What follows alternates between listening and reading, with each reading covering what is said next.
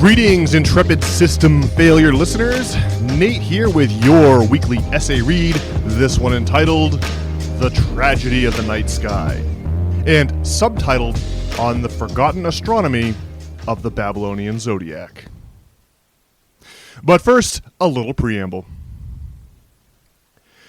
Death and rebirth are central themes of Christianity, both in its mythology, the story of Jesus is about coming back from the dead, and in its actual history.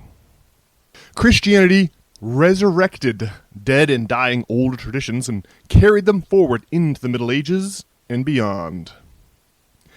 Three major examples, all readily allegorized by death and rebirth, are debt forgiveness, astronomical cycles, and ego death. These are the three main layers of Christian source material. Daily and annual astronomical cycles cause alternating day and night and the rhythms of the agricultural growing seasons. Because early Neolithic farmers so obviously owed their lives to the sun's comings and goings, they understandably worshipped it as their daily and annual savior. Symbols of sun worship were incorporated into Christianity because they were broadly recognizable to the pagan world into which Christianity was born. The Babylonian and Egyptian religions were both based on astronomy, and early Christians borrowed heavily from them. That's how astronomical cycles shaped Christianity as we recognize it today. And now, the tragedy of the night sky. In today's era of smartphones and cheap flat-panel TVs, it's easy to forget that the night sky was once the greatest show on Earth. Before electric lights drowned out the heavens, people paid close attention to the celestial comings and goings in the night sky. When they appeared, comets used to terrify entire populaces. Since other animals ignore the night sky, we used to assume that unfamiliar celestial objects must have been hung there by the gods to warn humanity of some looming disaster. Coincidences cemented this notion in the popular mind.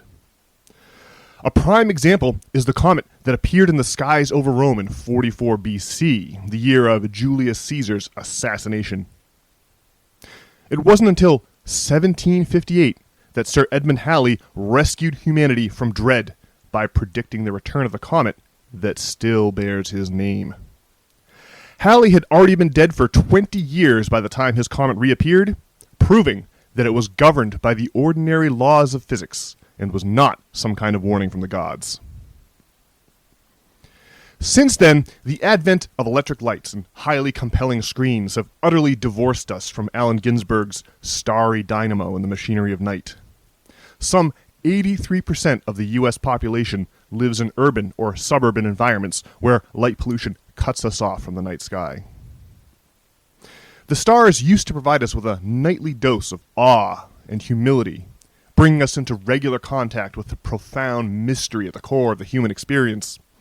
However, modern people have lost the ability even to orient themselves in the celestial sphere, and that's a tragedy. The Great Year. No amount of light pollution could prevent us from observing the sun's daily cycle, in which it rises each morning and sets each evening. Most places on Earth cannot ignore the annual cycle either, in which the Earth revolves once around the sun each year. But there is a third astronomical cycle, and because it takes 25,800 regular years to complete, most modern people have no idea that the astronomical Great Year exists. The sun appears to confine itself to a narrow road in Earth's sky. One edge of this road is defined by the sun's paths on the shortest day of the year, and the other edge is determined by the sun's path on the longest day of the year. During the spring and fall equinoxes, the sun travels right down the center of this imaginary road in our sky. At no point during the year does the sun wander off the road. From our vantage point, the sun appears to move along the road in the foreground while the unmoving stars in the background allow us to mark its progress. Annually, at sunrise on the first day of spring each year, ancient astronomers carefully noted the stars behind the sun as it rose. They discovered that the sun doesn't make it all the way back to its initial position along the road each year with respect to the stars behind it. The ancients had no idea that this slippage was due to the fact that the Earth wobbles on its axis as it rotates. But they could still calculate that, after 25,800 years, the sun would slip all the way back to its original position along its road. That is the great year. The Zodiac. The Babylonians worshipped Shamash, a solar deity who rode across the sky in a chariot. Shamash was believed to illuminate truth and dispense justice. The Code of Hammurabi invokes him as the divine source of law. To mark Shamash's path along his road in the sky, the Babylonians invented the Zodiac. From Earth's surface, this path appears like a giant 360-degree road in the sky. The Babylonians divided this road into 12 equal segments of 30 degrees each, and assigned each segment a theme based on the constellation of stars in it. There was Gu, the Great One, now associated with Aquarius. There was Sima, the fishes, later Pisces. Hun, the ram, now Aries. Guana, the heavenly bull, now Taurus. Mashtaba, the twins, now Gemini. Dub, the crab or tortoise, now Cancer. Urgala, the great lion, now Leo. Absin, the steed furrow, now Virgo. Sibanana, the scales of balance, now Libra. Gurtab, the scorpion, now Scorpio. Pabil Sag, which is Sagittarius, an archer-like deity. And finally there was Suhurmash, the goatfish, later Capricorn. Whichever of these constellations the sun appears to rise in front of on the first day of spring is the current astrological age. Sunrise lingers on each zodiac sign for approximately 2,000 years. It's currently somewhere between the constellations of Pisces and Aquarius. That's why the 1967 hit musical Hair refers to the dawning of the age of Aquarius. Because constellations are highly irregular, there's no definite line where one constellation ends and the next one begins. To account for this uncertainty, the Babylonians placed a 3-degree neutral zone between the signs.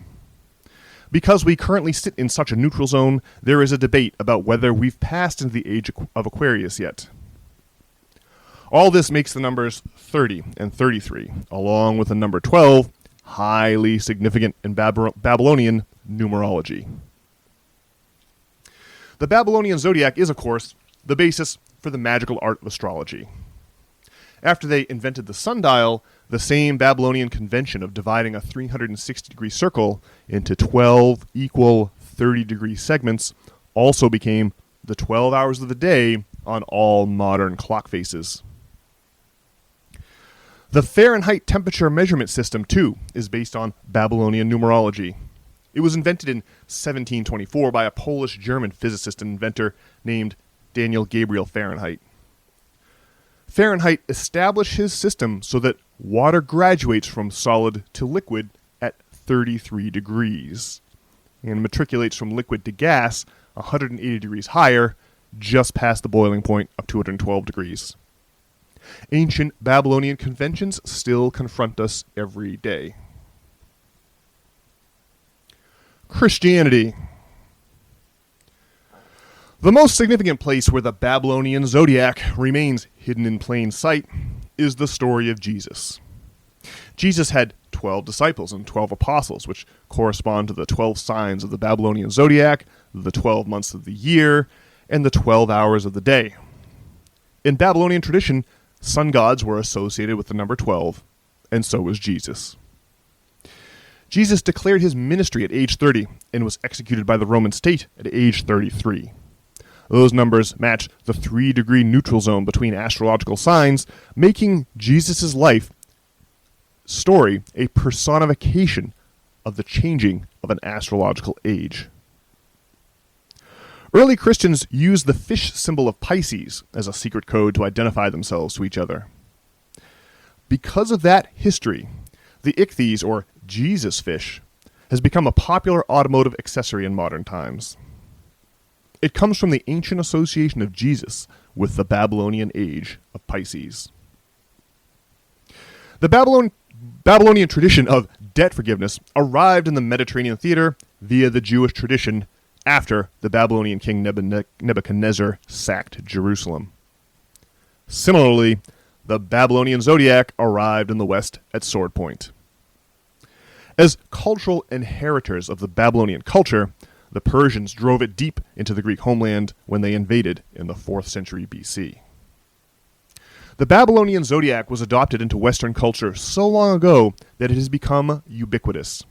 From the Fahrenheit system to the 33 degrees of Scottish Rite Freemasonry, its numerology is so deeply embedded in our culture that we are largely unconscious of it.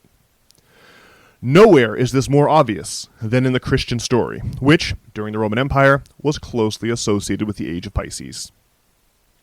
Next week, we'll explore how resurrections and holy trinities in the Egyptian tradition of sun worship were assimilated into Christianity alongside Babylonian numerology.